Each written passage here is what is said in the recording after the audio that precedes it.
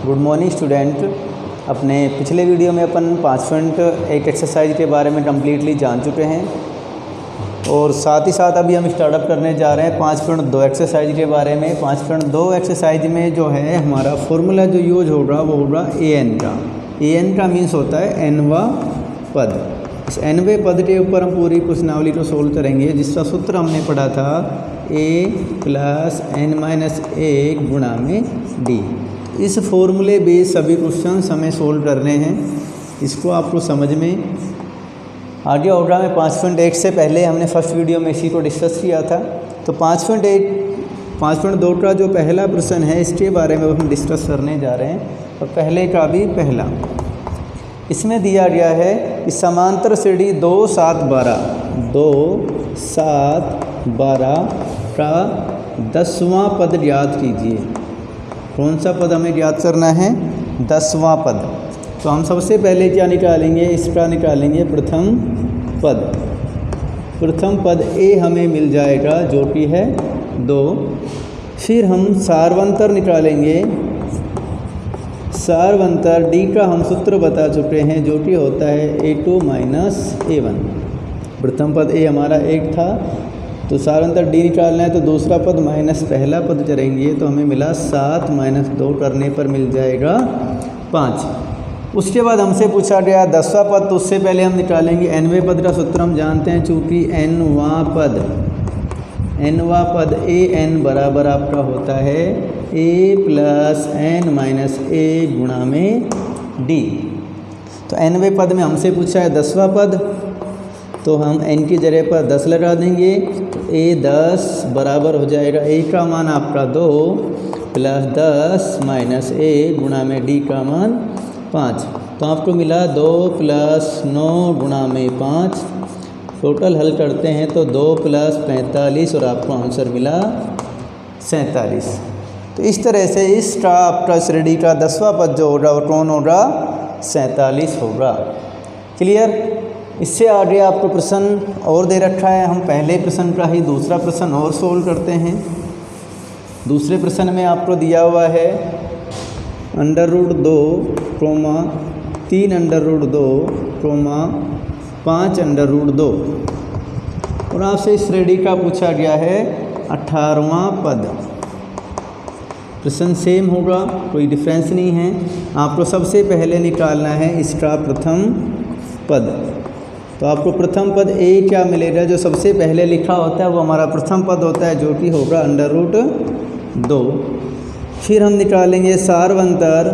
सारवंतर d बराबर क्या होगा हमारा a2 - a1 करने पर हमें मिल जाएगा 3 √2 -√2। आंसर मिला 2 √2। क्लियर? अब हमें पूछा गया 18वां पद, तो हम फिर से लिखेंगे। चूँकि nवां पद an जिसका सूत्र हमने पढ़ा a + n-1 गुणा में d। अब हमें पूछा गया है 18वां पद, तो जो कि क्या होगा? a 18 होगा।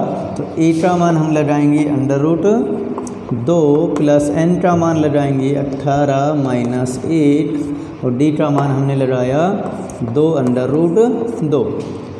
तो क्या मिला? √2 + 18 में से 1 गया तो 17 गुणा में 2 √2।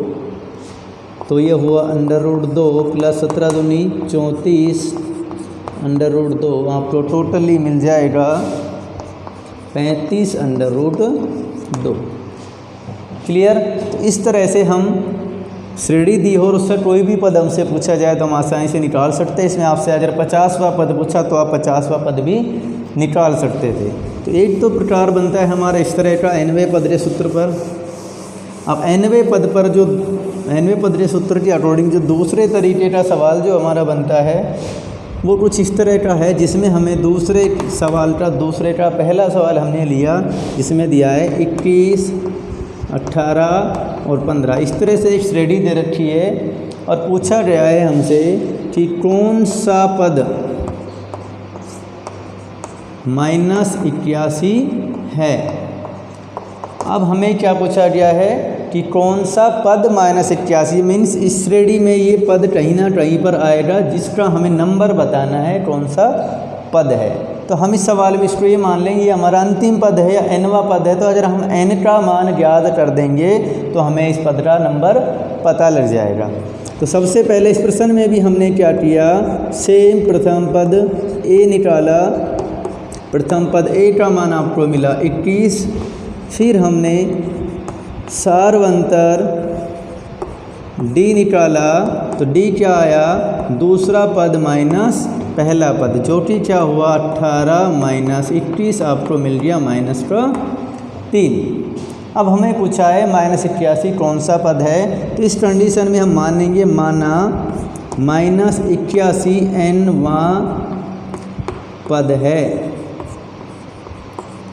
क्लियर। तो हम इसलिए कहेंगे कि an बराबर हुआ हमारा -81। an का सूत्र a + n-1 गुणा में d किससे बराबर होगा -81 के।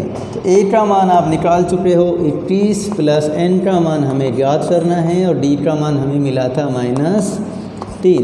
तो ये मिला -81। आगे बढ़ेंगे। a का पक्ष 21 का पक्षांतरण हमने किया तो हमें मिला n-1 गुणा में -3 बराबर -81 माइनस में 21। तो टोटल आपको n-1 गुणा में -3 करने पर टोटल आपका हुआ 1 और 1 2, 8 और 2 10 -102। n-1 का जब हमने मान निकाला तो -102 को डिवाइड किया जाएगा -3 से। माइनस माइनस आपके प्लस होंगे, 3 1 कम 3, 3 3 9, 3 चौक 12। तो n बराबर आपका मिले n-1 बराबर मिला आपको 34। तो n बराबर आपको मिल जाएगा 34 प्लस 1 करने पर n बराबर 35। तो ये पद कौन सा हुआ हमारा, 35वां पद हमारा क्या होगा, -81 होगा। तो हम लिख देंगे अतः 35वां पद -81 है। क्लियर। तो ये हमसे पूछा था कौन सा पद है -81 है। तो इस तरह से हम आसानी से इस प्रश्न को कर सकते हैं। अभी इसका दूसरा प्रश्न है वो सेम इसी प्रकार का है, आपको खुद से करने की कोशिश करनी है उसको। अगर कोई डाउट लगता है तो आप उसको पूछ सकते हैं। अब इसमें तीसरा जो प्रश्न है वो तीसरा थर्ड जो है वो हमें दे रखा है। एक श्रेणी है उसमें भी हमारे पास में 5, 11, 17, 23 और हमें पूछा गया है क्या कोई पद 301 है। इस श्रेणी का क्या कोई पद 301 है। तो मैं आपको थोड़ा जानकारी के लिए बता देता हूँ कि कोई भी पद हम क्या करेंगे, सेम प्रश्न है, हम मानेंगे ये हमारा nवां पद है। अगर ये इस श्रेणी में होगा तो हमें n का मान कुछ ना कुछ मिलेगा। कुछ ना कुछ का मतलब n हमारा क्या होना चाहिए, एक प्राकृत संख्या होना चाहिए। अगर वो भिन्न में आया तो ऐसा कोई पद नहीं होगा। अगर वो ऋणात्मक आया तो भी ऐसा कोई पद नहीं होगा। ना तो पद ऋणात्मक पद का जो नंबर है वो माइनस में हो सकता है, ना ही कोई भिन्न में हो सकता है। जैसे एग्जांपल कहूँ कि आपको 22.5वां नंबर बताइए, जिसका एक बच्चों की लाइन मैंने बना दी, उसमें आपसे पूछा 22.5वां नंबर, तो 22.5वां कोई नंबर नहीं होगा। या तो बच्चा 22वें नंबर पर खड़ा होगा या 23वें नंबर पर खड़ा होगा। इस तरह से आपको जो नंबर मिलेंगे वो प्राकृत संख्याएं मिलेंगे। तो हमें इसका n का मान अगर प्राकृत संख्या मिलता है, पूरा मिलता है, तो ये समांतर श्रेणी का पद होगा, अन्यथा नहीं होगा। तो प्रश्न का प्रोसेस फिर से वही है, आपको फिर से प्रथम पद a निकालना है। a आपका हो गया 5 और हमने निकाला फिर सार्वंतर d बराबर हुआ दूसरा पद माइनस पहला पद, जो कि होगा 11 माइनस 5 करने पर आपको मिला 6। अब हमने मान लिया कि माना 301 श्रेणी का nवां पद है। कौन सा पद है, nवां पद है। इसलिए आपका an बराबर हो जाएगा 301। ए एन का सूत्र हमने लगाया तो ए प्लस एन माइनस ए गुणा में डी बराबर हम लेंगे 301। ए का मान हम लगा देंगे 5 प्लस एन माइनस 1 और डी का मान हमने लगा दिया 6 बराबर हुआ 301। तो हमने जब आगे हल किया n माइनस 1 गुणा में 6 बराबर था 301 माइनस में हुआ हमारा 5। तो n माइनस 1 गुणा में 6 बराबर इसमें से जब 5 घटाते हैं तो हमें मिल जाता है 296।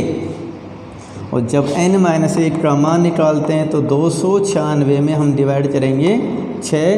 n माइनस 1 बराबर आपको मिल जाएगा 6 चौक 24 बचेंगे 5, 6 9 54 बचेंगे 2/6। तो n बराबर आपको मिल गया 49 सही 2/6 प्लस में 1 n बराबर मिला 50 सही 2/6। तो n का मान कैसा मिला हमें?